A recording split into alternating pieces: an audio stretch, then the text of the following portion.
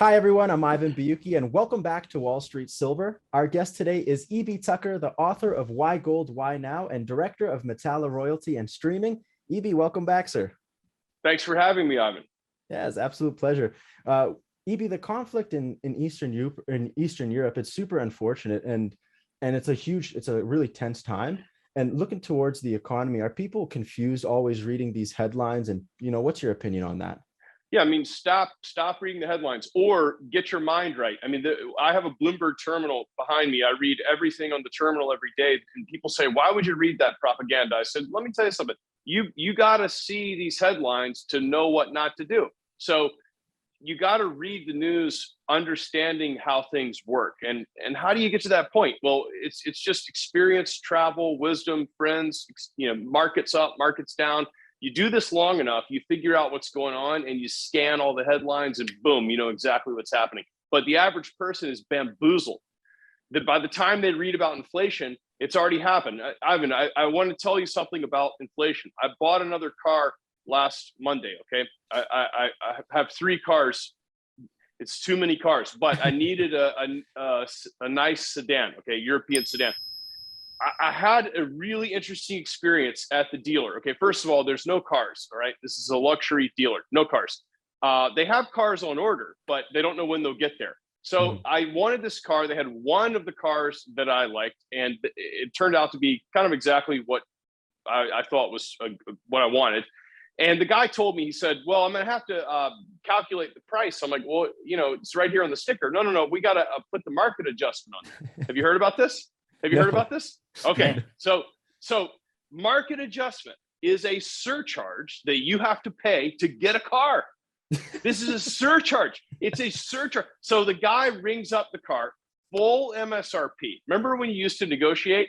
Yeah, that's Forget over. about it. The manager comes over. I have a friend that is friends with the owner of this dealer group. Called up there and told them I was coming, and the manager comes straight over to me. He goes, "Listen, EB, it's great to have you in here. We're going to take really good care of you, but just so you know, we don't have really any cars, so we can hold this car for you. But if you want it, you need to give us $5,000 today because forget about it." And market adjustment on this car is normally $7,500, but because you're friends with Mike, I'm going to do it for $5,000. So you pay full MSRP. Remember all those options that you used to negotiate on? Yeah. Okay, full price plus $5,000 fee. Now, Ivan, why would they have a market adjustment? Because you're a smart guy. You're like, well, why don't they just raise the price? Because then prices are going up. Yeah. Okay, so MSRP, we used to negotiate down from MSRP. Now we go full MSRP. So guess what? Prices aren't rising. Plus a surcharge. Okay. Then prices, remember, taxes aren't going up. The tax rate's 36%. It's so low because Trump did this for all of his friends, a kickback for all of his rich friends at the country club.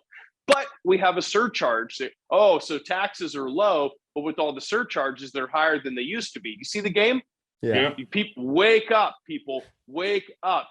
I'm just telling you, you can't, this is complicated stuff, okay? Like, Russian history is absolutely fascinating. It is fascinating. Talking about stopping Genghis Khan. You're talking about, it's just super interesting to go back and stop. CNN's not going to tell you that. They're not going to tell you. And we're at this interesting point where there's a book by Brzezinski in the 90s called The Grand Chessboard. And it's all about how after perestroika, the thing to watch is the battle for the Eurasian landmass. So he goes through this whole explanation about how the Eurasian landmass is going to evolve into this unbelievably strategic plot of Earth that is going to be what everybody's jockeying for. Now we're 25 years later, almost 30 years later, and look what's happening. And so I say to people, what I'm going to tell you is, you can't say something simple about things in life like this. You can't say something simple. These are people. This is a country. It's not the same. The U.S., you assume that if all these other people around the world would just wake up and let these freedom bombs persuade them to have some NASCAR and country music and a barbecue, and all this stuff, they'd be happier. It's not like that. You have to respect people's country. Now look, I mean, obviously we're Westerners. I mean, even if we're not have a Western origin, we live in the West. Mhm. That's where we live, okay? And the world is increasingly cordoning off into zones. And the power elite of the world want you to stay in your zone, okay? And that's evidenced by the fact that it's become really hard to travel. Not impossible, but really hard to travel. And so there's this effort to get you in your zone. And at our level of life, I mean, we're not elites, okay? So we have to stay in the zone for a little bit and see how this thing unfolds. This is very tense. The Russians, I think, were backed into a corner, okay? If you look at a map, Ukraine borders the Black Sea, which is strategic access point to the Mediterranean. Mm-hmm. So you have shipping lanes, you have naval vessels that are running down to the Mediterranean and back. So then to the west, you have the Carpathian Mountains. So, you look down kind of by Moldova and northward, that western portion of Ukraine, there's a strategic barrier. So if you think about it from the Russian perspective, part of the whole deal to separate the states as independent countries after the breakup was you can't be pushing Western military might up on the border. So, okay, is that right or is that wrong? I don't know, but I know that was kind of the agreement. EB, you just said you're not one of the elites, but that's an elite amount of silver you've got behind you there. Well, let me just say, because I'm 100% certain that we're being monitored these days. And I know that because if you were to post a controversial comment in the section, you'd be immediately deplatformed. So it might be an AI bot, but someone is watching. So just because you see all this silver here, any representation that this might be mine is purely coincidental. Okay, so in the event that there's anyone keeping notes on this at one of the giant buildings in Washington, those are empty, fully strapped. This could be monster boxes, right? Purely for demonstration purposes. Okay, that's right. The monster boxes here I thought would be fun to show. I think you want to keep the strap on. Yeah. But they're empty inside, right? There's no silver. There's nothing in there. Nice. There's nothing in there. Okay. So, but hypothetically, if there were silver in here and you had the strap on, what collectors know is that there's probably a few MS-70 coins in there. Because it's like a numbers game. These are fairly old boxes. And so they know that in this year, okay, like a long time ago, they produced, 2 or 3% of the coins or whatever were MS-70. And so wow.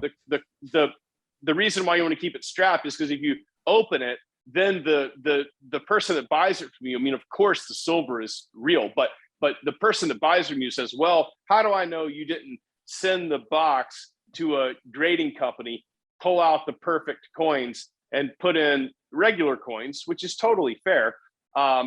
So that you're going to get something closer to silver plus premium. Whereas if it's strapped, then there, people know that this year they produced X percent. So I don't know. I always thought that's better. But then you have bars. I mean, I like the bars. I mean, these are, nobody will steal these in my experience. Like this is a 100-ounce bar.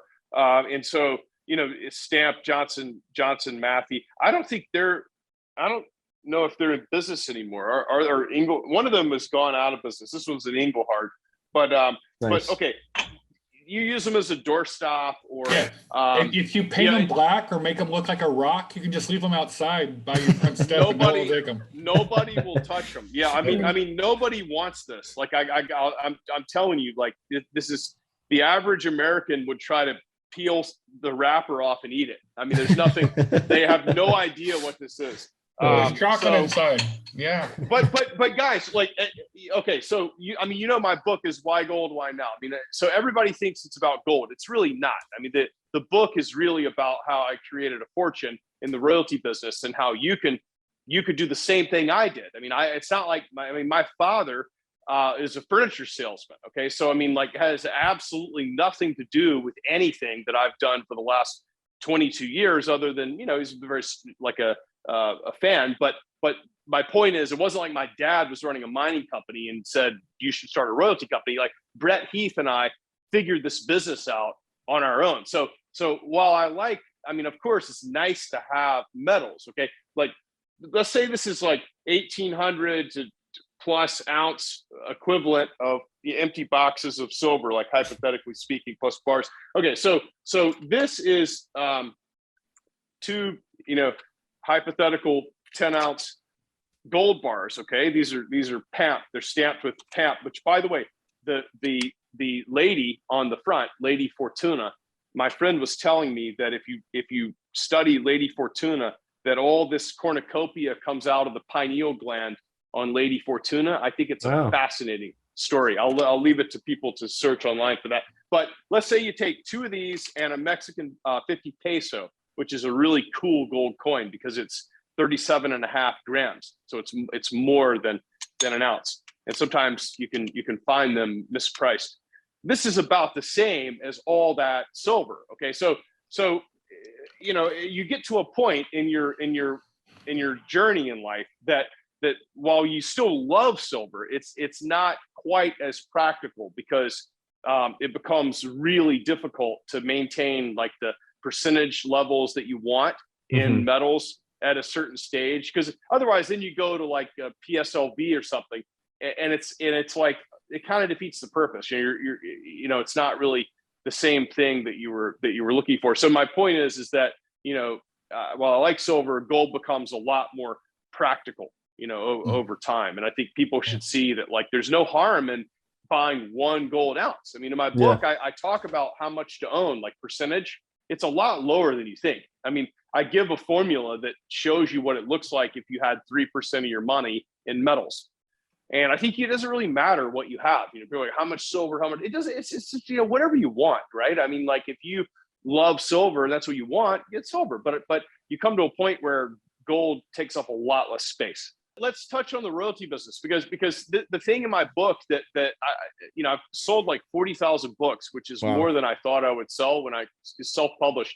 And I wonder how many people actually read it. There's 3 parts. So the first part is like the history stuff, and the second part is like gold, and the third part is like how do you do it? Like how do you set yourself up to play this? What's happening? And remember, the book forecasts negative interest rates, Fed coin. Where did crypto come from? All these things are answered in the book. And the section, I think it's chapter 24, the best business in the world, most profitable business in the world, is the royalty business. And I literally explained exactly how we got into the royalty business. And we did Metalla, 80 cents to $13. Now it's pulled back a bit. The company has grown a lot in size and the stock has gone down. I mean, that's the case for all the royalty companies across the board on average. Okay. Then we did Nova royalty. So Nova's copper and nickel, same business model. We did a 25-cent financing that was open to anyone, and that ran to $6. And now it trades at about low 3s. Okay. And that's copper and nickel, which are essential for nickel's 12 something now. The Russians produce almost half the nickel in the world. So forget about that. Nickel price is going sky high. Copper price, production in Chile is under assault. Peru is under assault, with new mining taxes. I don't mean the actual war. I mean, they're raising these mining tariffs really high. Panama, same thing. Cobre Panama just had to renegotiate there. So copper price is probably going to 10. It's like almost 5 right now. So Nova Royalty has like 100 years. Some of these mines will. I mean, Solomon Guggenheim was mining Bingham Canyon 100 years ago. I mean, imagine if you had 1% on that. It's crazy. So how do you even price that? I mean, 100 years you'll be having flying saucers take people. There's gonna be. How much copper it would take to make a flying saucer?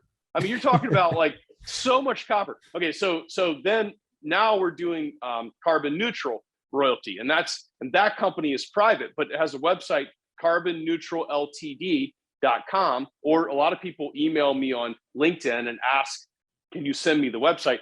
And if you sign up for press releases, you will see what we're doing. This is not a backroom deal. It's like we show the deals that we do, then we do a financing, and it's open to whoever. I mean, of course, you got to be, if you're in the US, there's a lot of laws in the US, Patriot Act laws.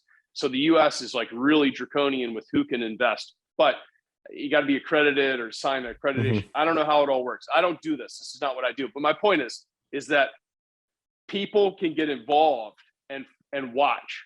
EB, I wanted to take you back to what's going on in Russia and Ukraine right now.